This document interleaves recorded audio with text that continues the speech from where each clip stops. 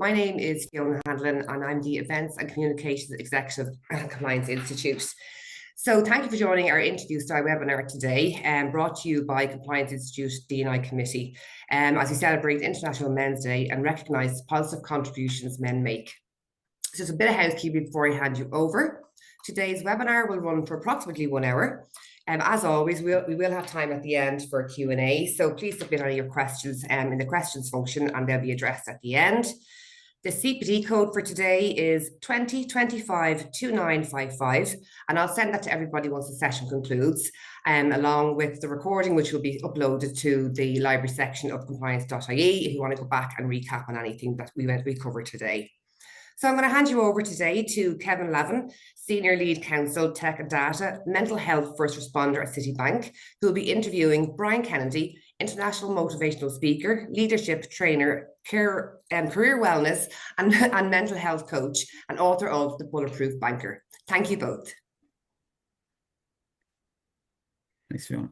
Many thanks, Fiona, and good afternoon, everyone, and welcome to this special event for International Men's Day. It is a privilege to be here today, and I'm particularly honoured to be able to introduce our distinguished guest speaker, Brian Kennedy, in just one moment. As Fiona said, my name is Kevin Lavin, and I'm a solicitor in City. Like many of you, I wear numerous hats: a son, a brother, a husband, a father, a GAA coach, and a Dublin-based Munster rugby supporter. My own career journey, from qualifying as a solicitor to at the peak of the financial crisis, to transitioning into compliance and then now back into law, has presented its fair share of challenges. As a father of 3 young children, with the youngest born just after the world went into lockdown in 2020, I understand the pressures and demands of trying to balance the professional and personal sides of life. Mental health is a topic that has resonated with me for years, and I'm a proud mental health first responder at City, as Fiona said. When the Compliance Institute reached out to me for assistance with organising an International Men's Day event this year, Brian Kennedy immediately came to mind as the ideal person to engage with in conversation. It is truly an honour to have Brian Kennedy with us today. Last year, Brian published his seminal autobiography, The Bulletproof Banker, which serves as a guide on perspective and therefore a resource which I believe is invaluable for many of us navigating in today's world. Brian's corporate career spans over 4 highly successful decades, much of which was lived at 100 miles an hour pace. The relentless drive for success often contended with an internal critic, whom Brian calls Cedric, constantly undermining his achievements. Brian, like many of his generation, grew up in an educational system that instilled lessons of fear and shame, a sentiment tragically reinforced on the day that Brian had his Leaving Cert Maths exam, when his dad told him he'd never amount to anything. Brian's career has been marked by significant challenges, perhaps none more striking than enduring 7 armed robberies, 3 of which occurred on 3 consecutive days. Disturbingly, the primary concern for his superiors was often financial loss to the bank rather than the employee's well-being. Brian candidly states in the preface to The Bulletproof Banker how he too was caught on the hamster wheel, prioritising an outward display of composure over an internal self-assessment during these traumatic events, because it may look good if he kept his cool under stress as far as the bosses were concerned. Throughout his journey, Brian encountered both a profoundly positive and deeply negative influences. A pivotal positive figure was an early mentor who, despite Brian's maths struggles, saw his potential and encouraged him to take the Leaving Cert Maths exam again. He provided the flexibility and support, including arranging grinds, to ensure success. Conversely, in his book, 2 negative experiences stand out. One manager confessed years later, whilst near death from cancer, that he deliberately withheld Brian's promotion on numerous occasions, as it was in the manager's own self-interest to do so. Brian was simply too good to let move on. Another incident, this time in 2010, saw Brian informed on a Friday that 15 members of his team in the bank were being relocated to another team on the following Monday, which meant that he had to train 15 new recruits. The boss also made it abundantly clear the expectation of the bank that Brian's exceptional performance standards were to be maintained throughout this transition. Yes, with 15 new recruits to the bank. These intense pressures ultimately led Brian to mental exhaustion and burnout. Having been a survivor from a very young age, overcoming pneumonia at 3 months old while tragically losing his twin sister Yvonne, Brian in 2010 reached a crucial turning point. In what seemed like a moment of profound weakness, he experienced a moment of profound clarity. An encounter with a robin in his back garden symbolised the importance of slowing down and being present in the moment. This experience was pivotal, providing Brian with the strength to reset, the courage to seek help, and ultimately to use his journey to help countless others. Brian's story, which we will explore, is one of resilience, of self-discovery, and a profound importance of mental well-being in a demanding professional world. We are incredibly fortunate to have him share his insights with us today. Brian, thank you for joining us on International Men's Day. There are several queries I'd like to ask you in relation to the themes of masculinity, the pressures of today's world, and men's health. However, before we explore those, I'd like to open with one question about the book. After your successful financial services career, you set up BJ Keno Motivation. What was your inspiration for writing the book and being, frankly, so open and honest and raw, I guess, to the world regarding the challenges that you faced? Thanks, Kevin. It's kind of weird to hear you say so much about what I wrote in the book there and bring me back to some of those experiences that I had throughout my career and throughout my life. It's just it's weird to hear it so clearly explained. Um, Look, I wrote this book purely for all the people who struggle with my mindset, with how I was, because most men, whether we like it or not, are and still today are like me, who struggle to set boundaries, who struggle to say no, who struggle to believe in themselves, who struggle to understand what success looks like, and who really struggle to understand that to ask for help is not a failure, right? Um, and that was really the main reason why I wrote that book. And I guess that's why, since I get to be asked to go in to talk to companies um about managing stress, and people want to resonate with the story that I tell. But if I can just take a second just to add a bit to what you had said there, right? Um, I've come from a loving family. My mum loved me. I've got four beautiful sisters. Yes, I'm a surviving twin. Uh, I vowed since I knew that I would live my life for both of us, for my twin and for myself. And at some point, I lost a little bit of track of that, especially I realized when I suffered mental exhaustion in 2010. What I want to get everybody to understand at the start of this is that it's really, really, really important that if you're a leader, a mentor, or a father on this call today, that you understand the effect that you can have on the male. Now, we're just talking male lives, but every life, but the male lives in your circle as you live your life today, right?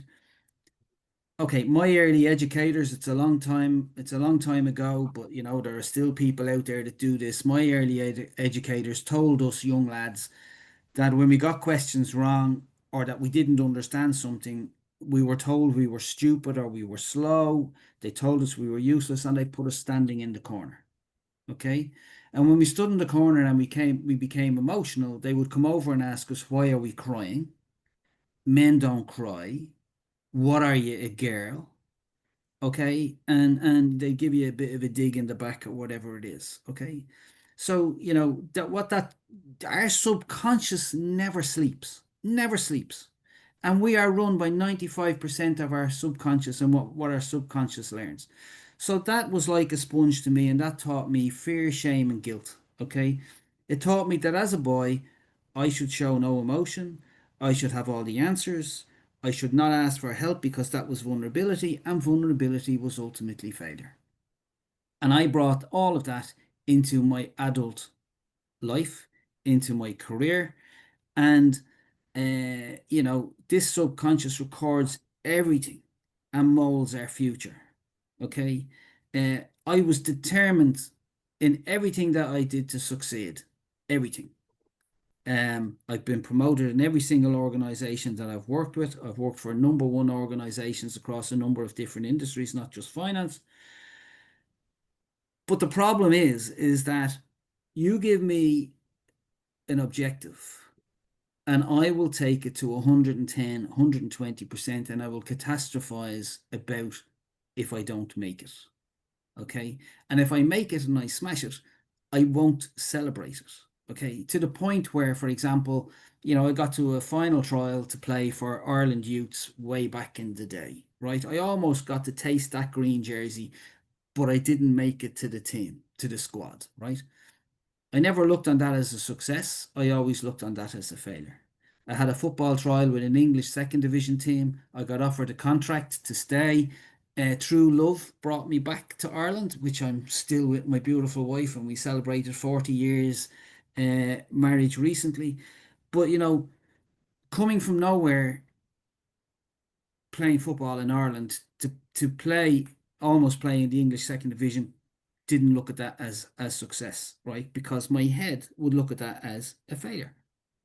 Powering through 7 armed robberies in a banking career with a gun to my head and a knife to my throat, and somebody slamming my head into a safe, and the world goes into slow motion as this is happening. And my thought process is not, I'm going to get killed, not, my wife is never going to see me again, but hey, you know what? If I can stay calm here, I could be a pretty good bet for the next round of promotions. Okay. And then serve customers an hour after we clean up like nothing has happened, and go and move on and move on and push through and do it, because that's what we're told to do as men, right? And I'm here to tell you that's not healthy. That will come and bite you in the bum at some point, as it did for me in 2010. So throughout our life, we are going to have lessons, right? And very quickly, let me tell you 2 lessons. One was, I was headhunted to work for a particular bank, and I wasn't sure whether I wanted to go into that role or not. Okay. I was 47 at the time. I didn't know whether I wanted to move again. Okay. And I went to Tala Hospital, where my best friend was dying of cancer. He was 46, and I had a chat. Now, talk about self-awareness as men. I'm sitting at the side of a bed with my best friend who's 46, who's dying of cancer, who's leaving 3 young children and a wife, and I'm talking to him about my career. Let that sink in for a second. Okay. He's happy to say, take the job. I know what you can do. You'll do that job with your hand behind your back. Do it, right? I drove out of that hospital that day. I made a phone call. I accepted the job offer, and I moved on. But where's my self-awareness as a man to have that conversation with somebody who has actually probably got maybe 3 weeks to live? We were good mates, but looking back, it wasn't the right thing to do. Sitting in the hospital with my father, who I didn't have a great relationship with and who was an alcoholic, but I know he loved me. Of all the people who sat in the room with him when this doctor came along and told him he was going to die and it was palliative care, and somebody will come along this afternoon to talk to him about it, such a matter-of-fact way of telling somebody with no empathy, nothing, just, Mr. Kennedy, you're going to die and you've got very little time left. Who is sitting there with my dad when he's told that but me? And my dad turns to me and he says, didn't say, Brian, I can picture it today. He said, son, if I had my time over again, the things I would do differently. Okay. Did I learn anything from those 2 situations? No, because I went back to work and worked and lived my life at 100 miles an hour and did everything that I was asked to do, right? So, lads, we have to stop living our lives like that. We have to stop. If you're recognizing that, you have to stop doing that, right? I'm not thinking at my wife. I'm not thinking about my family. I'm a good dad. Don't get me wrong. I'm a good dad, right? But I'm not present. I'm constantly answering the I'll answer the telephone for a work thing in 2 seconds, but I won't answer the phone to my wife because the pressure is so much. you know. So let's take a second to realize if you're doing that today, that has to stop, and you have to realize why you're living your life like that. And taking that into account, and looking at the, say, the not willing to show vulnerability, having this coating of being bulletproof or invincible, but then noting essentially by looking at it now, you weren't, because it was bulletproof in the wrong way. Yeah. And essentially, like it's toxic resilience, as you coined yourself in the book. So how can men in today's world learn the difference between healthy toughness and, you know, the fact that, look, you're suppressing your emotions? Yeah, you've got to well, first of all, you've got to understand the difference between um toxic masculinity and misogyny and all that kind of stuff, right? Okay. Yeah. Um, you know, where one is you don't want to show your soft side, if I want to put it that way, right? Mm. Um, and the other side is about disliking and having contempt for women in particular, right? Or whatever. Okay. And one of them can be, you know, you're looking at men and everybody is somebody to be feared, to be challenged, who's in opposition, who's, you know, whatever, right? Today, you know, those we had a chat before and we talked about some of the reports that come out, right?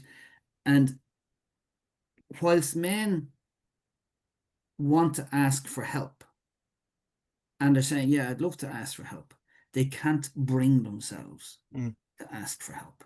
That's the problem, you know. We just can't we're not being emotionally honest with ourselves, okay? Um, and we're still just powering through. And the climate that we work in our work environments feeds that. Okay. So I have no hesitation in saying that in an area that I worked in the last 13 years of my financial career was a complete and utter toxic environment. Okay. There are other people that worked in that organization that did not experience that. Okay. So it's down to the divisional leadership, Mm. whatever it might be, personalities of people that are leading teams, right? Um, but expectations, harmful expectations that are placed on us that make us suppress our emotions, right? That make us think that we have to be aggressive is what we have to stop as men. You know, And how do we go about reshaping it then? well, I think there's a lot of things that you have to do as a man to kind of realize this, if you want to say this toxic masculinity as opposed to the toxic resilience, right? Because they both feed into each other, is, Mm. you know, um, the belief that we have to hide our feelings, okay? That we can't be vulnerable. Because what that does is that leads us to stress and isolation and to suck everything down, right? Look, I had lots of friends. I have a beautiful family. I love my wife to bits. We're together since she was 16 and I was 18. But there were times in 2010 where I was the loneliest man in the planet. The financial crash, 2007, 2000. I couldn't tell her what was going on in my head. Okay, I just couldn't. And I named Cedric in my head. We all have this voice in our head, you know? Like, I go into companies and I talk, hey, who talks to themselves? Who hears voices in their heads? And nobody puts their hands up. But everybody listen, everybody hears that, right? So identification of yourself and your work, um, defining your worth slowly through your career success, money, authority, power in the job, right? At the expense of your relationship or your well-being or your work-life balance. Honestly, I am here today to tell you that you might be think you're flying today and you've got a great job and you're doing very well. And if you're working 84 hours a week and you think that that's great, and you're wearing it as a badge of honor, I am telling you the day is coming that happened to me in 2010 where I suffered complete and utter mental exhaustion to the point where the doctor said to me, do not watch the telly, do not touch your phone, do not do anything. You cannot fire anything in your brain. You need to stop, right? So while we do that and while we stop, then we can reduce the fear that we have of constantly appearing weak if we ask for help. Okay? We can stop us being aggressive in the way in which we respond when things don't go well. Okay? You have a fantastic quote on the wall behind you, Kevin, from Marcus Aurelius, who I read, when I suffered mental exhaustion. You have power over your mind, not outside events. Realize this and you will find strength. Okay? I mean, if you just realize, he wrote that man died in 180 AD on the 17th of March. Okay? How ironic is it that an Irish guy who suffers mental exhaustion starts reading Marcus Aurelius, a Roman emperor, finds out that he dies on St. Patrick's Day, of all days, for an Irish fella, right? I love his work. I love his stoicism. He writes, if you read his book, it's so powerful just for today. For what? Overwhelm. Believe in yourself. Know your feelings. Talk to yourself. Know your life purpose. All this stuff that we need to understand as men so that we can step away from this toxic resilience and toxic masculinity. Because the problem is, when I'm working 84 hours a week and I'm powering ahead and thinking I'm doing well and getting, promotions and not even, looking back on whatever it is, right? It means nothing. It means nothing unless you actually understand why you're doing it. What does your success look like? What is your purpose in life? And I know a lot of people talk about that and everybody goes, oh, it's a bit wishy-washy in your purpose in life. But if you get up every morning and Monday becomes Friday and January suddenly becomes December, and you wake up and you're the oldest person on the webinar, okay, and you wonder, how the heck did that happen? Then what's your life been? Honestly, what has your life been? So since 2010, I have paid a huge amount of attention to my wife and to my children to build a relation. I had a relationship with them, but my kids today, when they let's just say when they need something, they will always ring their mum first. Okay, I accept that because she was the person that was there for them while I was in my head building my career. And by the way, she had her own career. I left her to do everything because I was in my head. So this emotional numbness that I had, this just get on with it, even when you're breaking down inside and not talking to anybody about it, is something that we just need to get away from.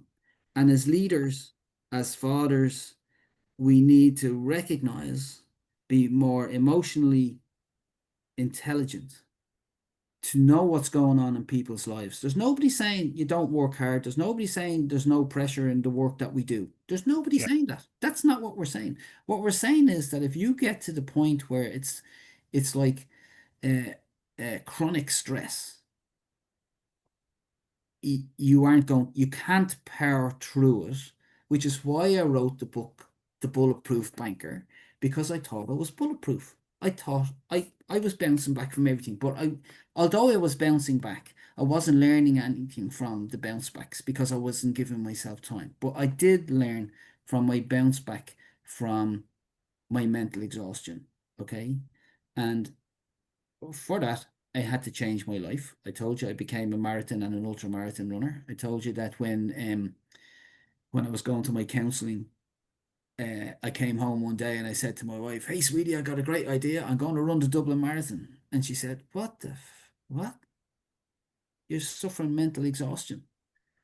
And now you're telling me you're going to exhaust your body by training to be a marathon. My biggest advocate, the person who believed in me the most, was the person that's turning around to me, "Are you insane?" Right? My dream. Connemara ultra marathon, Brian, and like There you you go. know, as a You've done soldier, that, and I've done that, I've done Kevin. that, I've done that, I've done the marathon. I wouldn't be going, I wouldn't be going for the ultra, but yeah, Okay. it's tough. So I've done that twice, right? But Yeah. the thing about it is that's my dream. That's not your dream. That's not my wife's dream. But she's telling the first thing she said to me was, "Are you crazy?" And that's what people tell us when we tell them. That's what we worry about. This is where the fear comes from. If somebody says, "I'm going to go for that job," and they tell you, "Oh, you won't get that job. What the hell are you going for that for?" Right? And so you don't apply. And Kevin gets the job. And everyone goes, "Oh, geez, if I'd have gone for the job, I'd have done it better than Kevin," right? But you didn't go for the job. So we have to stop listening to people who just want to kind of put their foot in our neck and keep us, you know, down, if Mm. that's the way. But you have to have a plan. And going back to your affinity with Marcus Aurelius, and as I said earlier on, in the books that I've read this month, there was yours, Conor Murray's, and Andrew Porter's book, all refer to the teaching of Marcus Aurelius. So, like, how do you stay grounded in terms of, you know, you're a father, you're a motivational speaker, you're a coach. How do you stay grounded now in terms of, you know, being able to kind of make yourself present each day? It's not easy, okay? Um, I have to say the first thing is you have to have a bit of a plan for your life, right? It's never going to go according to plan, by the way, okay? But you have to have a little bit of a plan. And when I get these intrusive thoughts, and when Cedric comes in and starts telling me that I'm not good enough, and ultimately, and I'll tell you I'll tell you the story about the Robin in a second, so you really kind of Mm. understand that story that's in the book. Um, you have to stop playing these catastrophic movies in your head and the thoughts in your head that you're not good enough. Okay, and we men do that all the time, all the time, right? So if you're a lady on the call and your partner is at home or your husband is at home, I can tell you there's a point in time where he's playing this catastrophic video in his head about not being successful, being a bit of a failure, not really sure, not able to talk to you about it, because that's who we are. But when we have a plan, and when we are more self-aware, and when we work on it, okay, and working on it means like visualization, okay, visualizing where would I like to be. I ran my first marathon in my head before I ever went out and did my first Dublin marathon.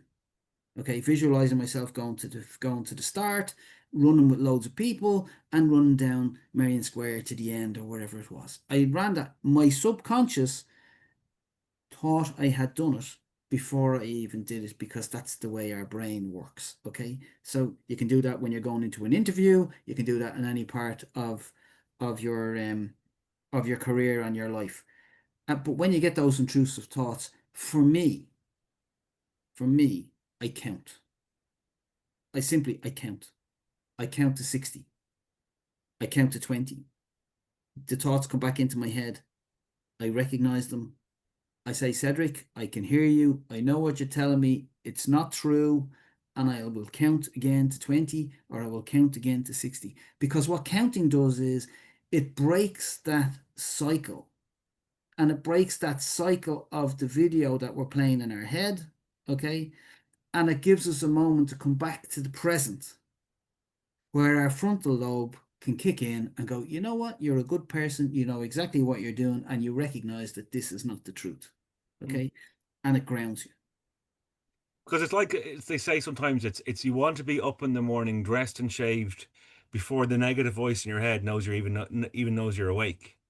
Because as you said at the very start, that Yeah. subconscious negativity never switches off. But sometimes it's like you're trying to sidestep it to try and instill positivity and ground yourself first. Yeah. I don't think you can sidestep it. I think you have to Yeah, accept that it's there. yeah, yeah. And for me, it was crucial that I put a name on it. Okay. So can I just go into what happened to me? Oh, please do. If you mind, just for a Yeah, second, please right? do, Brian. Sorry. So when so when I suffered, something snapped on me that day in work, and I drove home, and I really don't remember driving home. I just remember being in the car outside the drive and walked into the house, and my wife looked at me and went, "What?" She tells me I just had this grey shadow on my face. I just didn't look like myself. And she sat me down, and I had said, "I don't think I can do this anymore," right? And God love her, she had no idea whether I was talking about my marriage or whether I was talking about work or what the hell I was talking about. Can you imagine saying that to somebody and them not knowing the context of what you're saying? And I blurted out and I told her what the story was, and I just couldn't take it anymore. And she brought me to the doctor the next morning. Total mental exhaustion, whatever. The following Monday, my kids are gone to school and my wife has gone to work. I'm sitting at home in the house watching TV. Jeremy Kyle was on the telly. My God, I can remember. What a show, right? And I started crying uncontrollably. I could see myself from the roof, from the ceiling, looking down at myself, right? And I genuinely was a mess. I don't think I've ever cried as much as I cried that day. The snot was coming out of my nose. I I didn't know what was happening. And I got up and I looked in the mirror, and I did not recognize the person that I saw. I really didn't. And my voice had been telling me all along, if you read the book, when things are going wrong, you're a failure, you're going to be found out, blah, blah, right? And my voice was screaming at me that day that I had ultimately been found out. I am a failure. Everything that my early educators had told me, this was the day you've been found out. And that was my, honestly, rock bottom. In spite of all the successes. In spite of all the successes, because I'm in my head. And this is what happens, right? And, I'm in a very, very dark place, and I don't know what's happening. And I hear a voice, go out into the garden and have a cup of tea, right? So I made myself a cup of tea, and I went out into the garden. I have a nice house and a nice garden. And by the way, my wife went and saw this house that I live in without me, put an offer on the house without me, showed me a picture of the house because I was too bloody busy in work to come and look 23 years ago when we moved here. And then when the offer was accepted, I came and looked at the house, right? That'll tell you what my head was like. So I make the tea, I go out the garden and I sit in the garden, and I'm kind of going, I'm sitting in the garden, I'm wiping my face, I'm full of snot, and I really, really, really don't know what's happening. And this is why I'm telling you, you can have everything and be the loneliest person in the world. You have all the love that you want and be the loneliest person in the world, right? And feel that I've been found out. My title meant nothing. My job meant nothing. My work meant nothing. My family meant nothing to me at that moment. And I was sitting there, and this robin came and sat on the table beside me, and just sat there and nodded his head and looked at me. Okay. And moved from the table to the chair that was in front of me, in the chair that I was sitting in the round table, and just kept looking at me. And I was intrigued by this robin, absolutely mesmerized by the robin.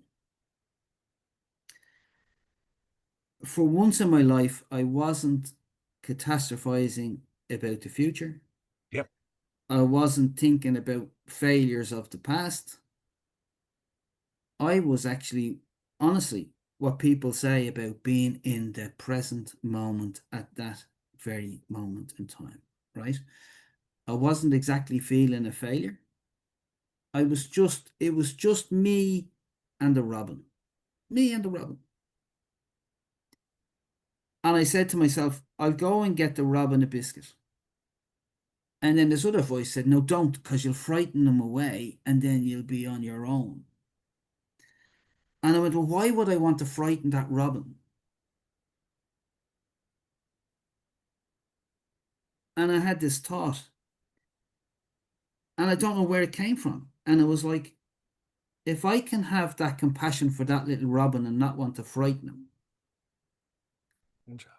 can I not show a bit of that compassion for myself Yep, in this absolutely. moment in time to know that I'm a good person, that I'm a good dad, that I do my best, and something needs to change.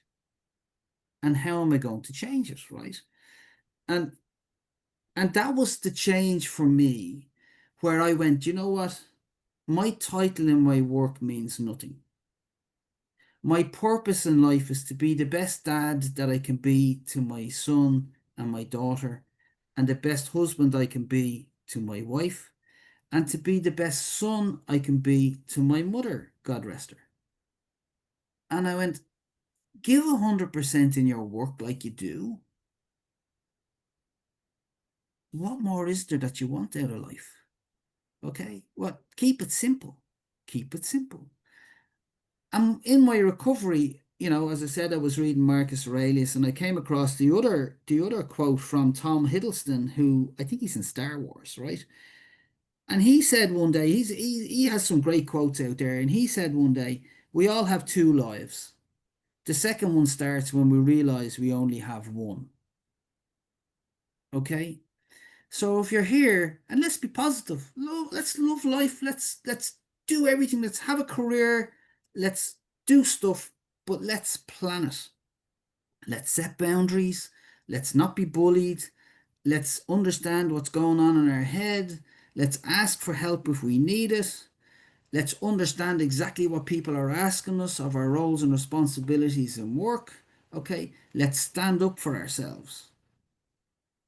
We can no longer allow bullies in the workplace, bad managers, bad leaders, bad mentors take advantage of us. No more can we allow ourselves to be victims, right?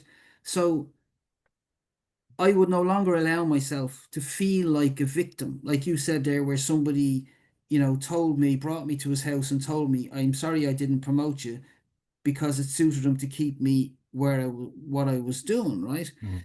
Now, he had no idea that was catastrophic for me back in those days, because people were getting promoted above me who everybody, even my peers, knew were not as good as me and couldn't understand.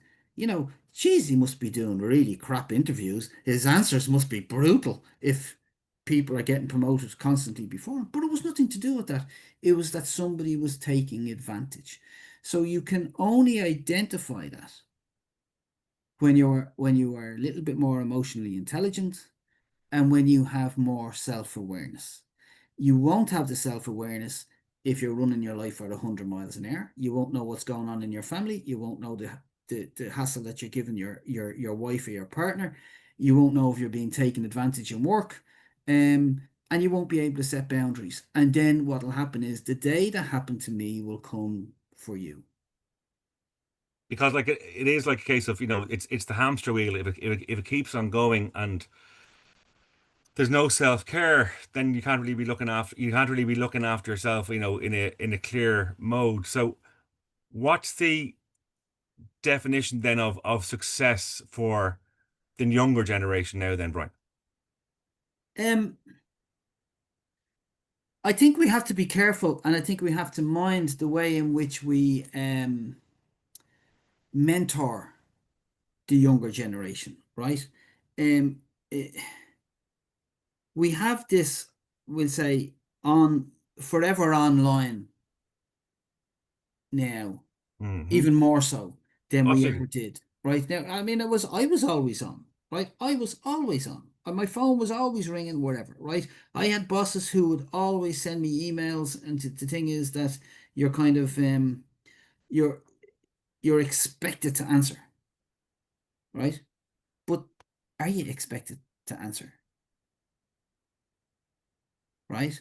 That's the question. The question is it in my head that if I get an email from my boss at 9 o'clock at night, right? Okay, first of all, why are they sending it at 9 o'clock at night? Why can't they fix it so that it goes at 8 o'clock in the morning or half 8 in the morning? Because the technology now, you can set it so that the email goes, right? If you recognize the boundaries and set the things in motion, right? Um, but is it my head that says I need to go away from my family and I need to answer that now? Is it going to be red in the next 5 minutes? Is it? You know, how do we give the younger people the confidence to set the boundary? To be able to say, no, I'm not working beyond 7 o'clock or half 6 or wherever it might be. Because it's all very well for me to sit here, and when I was 50 and suffered mental exhaustion, to be able to say, I'm not doing that. I'm sick of you asking me to do more with less, right? Because I went back into my job, I did other stuff. Do you know what I mean? But I set the boundaries and I asked the appropriate questions with respect. Okay, but I wasn't no longer going to continue to do things, as they say, more with less, because I recognized the effect it was having on the people that I was leading. Right? And I think when you challenge that in the appropriate way, and you show, the responsibility that we have to people, men and women in our care, then people get it. Okay. And then they go, okay, well, what can you leave if you what can leave that piece of work and do this piece of work, right? And you're not constantly in your head saying, oh, I have to get it all done, because you can't get it all done. And when you try to get it all done and you make a pig's ear of it, then you end up in a room with somebody telling you you made a pig's ear of it. Well, I didn't really want you to do all of that, right? Is what they'll tell you. So you have to give yourself permission as a man to step away from all these outdated ideas about being strong, being successful, not being able to ask for help, right? Um, you got to slow down to understand what matters, to understand what your purpose is, what's expected of you in work, um, to identify a friend that you may have that you can go and talk to, Yeah, right? because it's important, and also to look out for each other, of friends that you think might be struggling and therefore might want to come to you. Yeah, and you know what? You don't prove your strength. You don't prove, you know, your strength as a man by doing everything on your own. You Absolutely. don't. We have That's a number of questions, Brian, from the people dialing in today as well. So I'm just going to go through some of them yeah, with you go, as yeah, well. yeah. So there's, in terms of the initiatives being taken by banks, there's on men's health. It looks like in certain instances, it's a maybe a box ticking exercise, like what it could be, in other institutions in relation to, like, say, ESG matters in general. So what do you think of, like, the kind of the seriousness that financial institutions might have in relation to what they're bringing forward? Is it a box ticking, or is it are they trying to do it properly? So, I don't think. Okay, I don't think an awful lot has changed if we're talking about the financial services industry in Ireland. I don't think an awful lot has changed since 2010, when I suffered mental exhaustion, with some of the leadership um, that is being provided across a number of organizations, right? I think that we can see that purely from the diktats that have been sent out recently about, you're all coming back to work in the office from next Monday, right? Okay, even the way in which that message has been delivered in some organizations shows the culture that comes from the top of the organization, right? I'm just talking about the way. I'm not saying it's right or wrong. I'm saying the way in which the messaging is delivered, okay, shows very little empathy for the people that work in the organization and the way in which that's delivered, right? I still think loads of people are being asked constantly to deliver more with less. Um, Compliance is a big thing in finance, and rightly so. Okay. But in my world, the technology that we had to use, and I told you I had 5 different mortgage systems that I had to deal with that were legacy systems and stuff, right?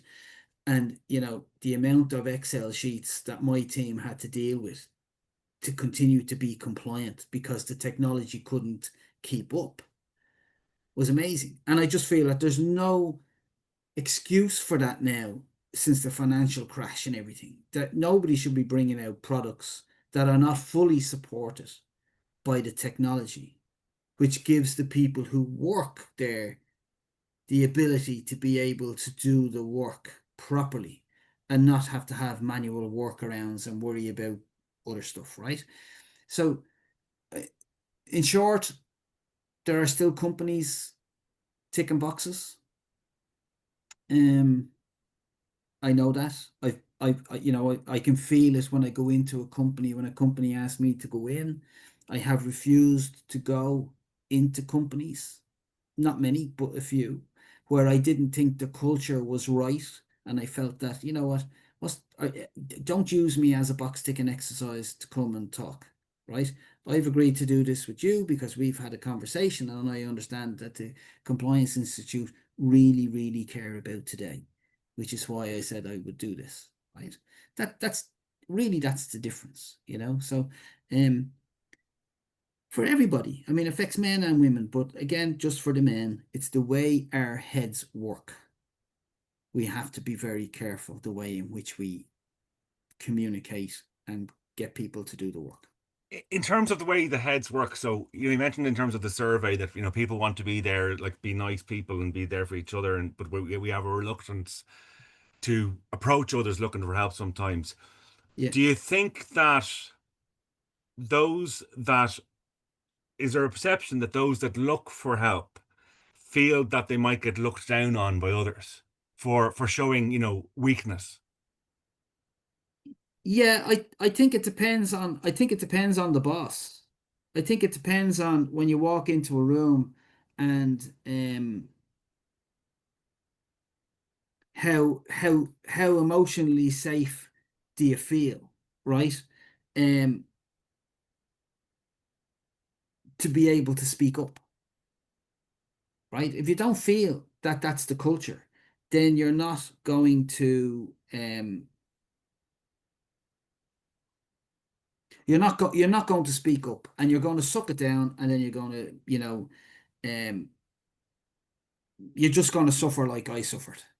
Okay, so I can only just say that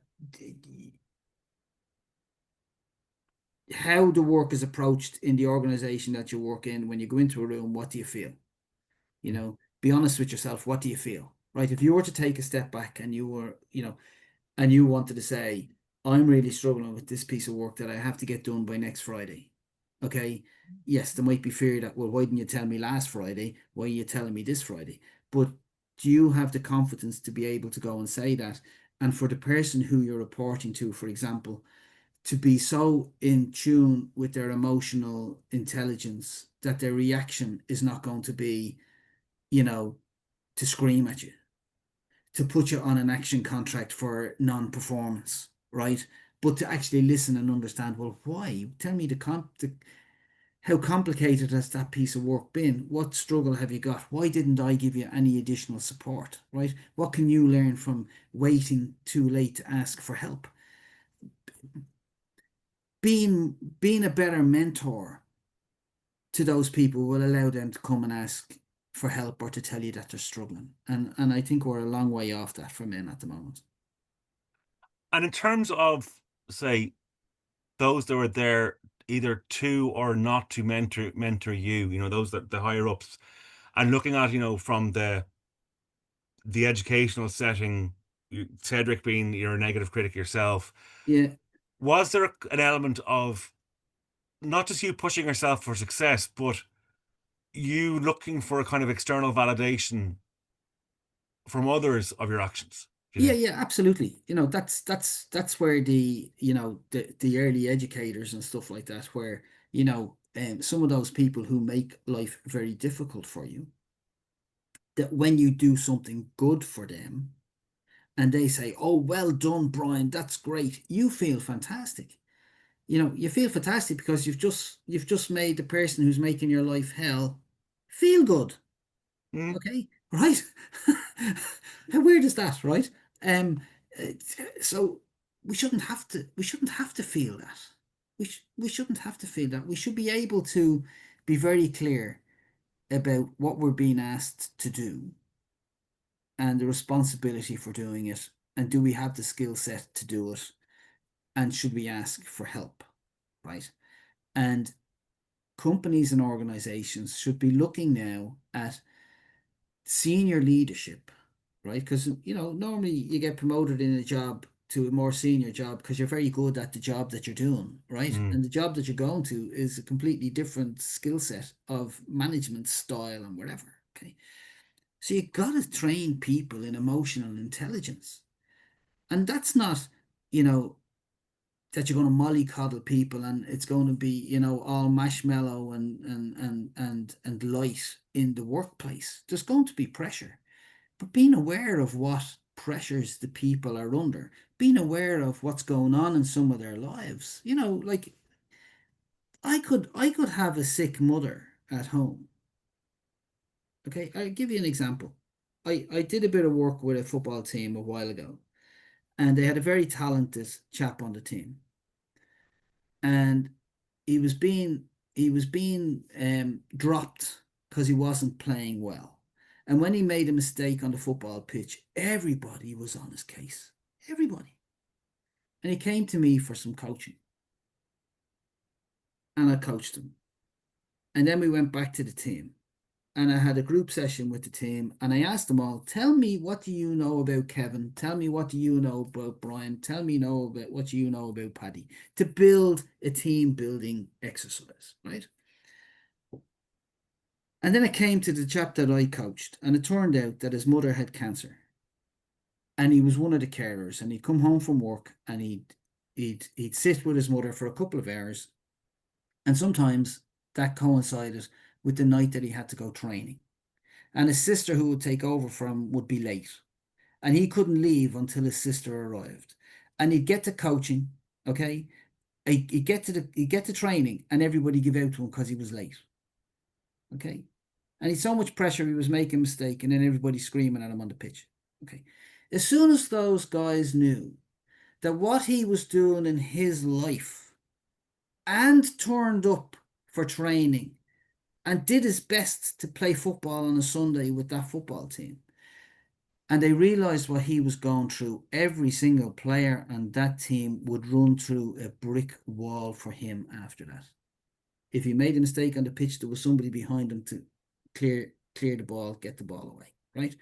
So if we can do the same in our workplaces, where we understand it's okay for me to go home because my child is sick, I'm going to make it up at some point. You're going to get it out of me, okay? Have that emotional intelligence.